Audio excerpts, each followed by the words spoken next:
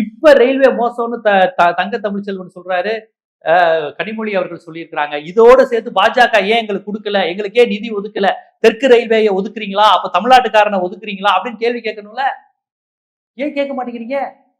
ட்ரெயின்ல டாய்லெட் சரியில்லை, பராமரிப்பு இல்லைன்னு கேள்வி கேட்கும்போது நீங்களும் சேர்ந்துட்டு கேட்கணும்ல. வந்தே பாரத் எங்கன்னு கேட்கணும், மீட்டர் கேஜ் பிராட் கேஜ் எங்கன்னு கேட்கணும், வழித்தடங்கள் எங்கே கேட்கணும். ஏன் தூத்துக்குடிக்கும் சென்னைக்கும் ஒரு நாளைக்கு ஒரே ஒரு ட்ரெயின் தான் இருக்குங்கிறாங்க, இதை தங்கர் பச்சான்னு கேட்கணும்ல. நான் கேட்கிறேன், சரி நீங்க வட தமிழகத்துக்கு மட்டும் தான் கேட்போம்னா, வட தமிழகத்துல என்எல்சியில பிற மாநிலத்தவர்களை நியமிக்கும் போது நீங்க என்ன பண்றீங்க? யாரு செஞ்சுக்கிட்டு இருக்காங்க? ஒன்றிய அரசு பண்ணும்போது ஒரு தமிழரா நம்ம எல்லாரும் இணைந்து கேள்வி கேட்கணுமா இல்லையா? இன்னைக்கு அரிட்டாம்பட்டி, மதுரை மேலூர் அரிட்டாம்பட்டி சமண குகைவரை கோவில்கள் இருந்தது, சமண படுகை இருந்தது மதுரை அரிட்டாம்பட்டி. அங்க நாங்க இந்த புதையல் எடுக்கிறோம், அந்த புதையல் எடுக்கிறோம், அந்த கல்லை எடுக்கிறோம்னு சொல்லிட்டு இன்னைக்கு அந்த மக்களை அந்த இடத்தையே அழிக்க முயற்சி நடக்குது. பாஜக தலைவர்கள் ரொம்ப ஓப்பனா வளர்ச்சி முக்கியம்னு சொல்லிட்டு அதை ஆதரிக்கிறாங்க. இதற்கு தங்கர் பச்சான் கடுமையான கண்டனத்தை தெரிவிக்கணும்ல. எங்க தமிழர்களுடைய அடையாளம் கீழடி, எங்க தமிழர்களுடைய அடையாளம் அரிட்டாம்பட்டி, எங்கள் தமிழினத்தின் அடையாளம் ஆதிச்சநல்லூர், இப்படி நீங்க பேசியிருக்கணும்ல. ஆனா பேசலையே.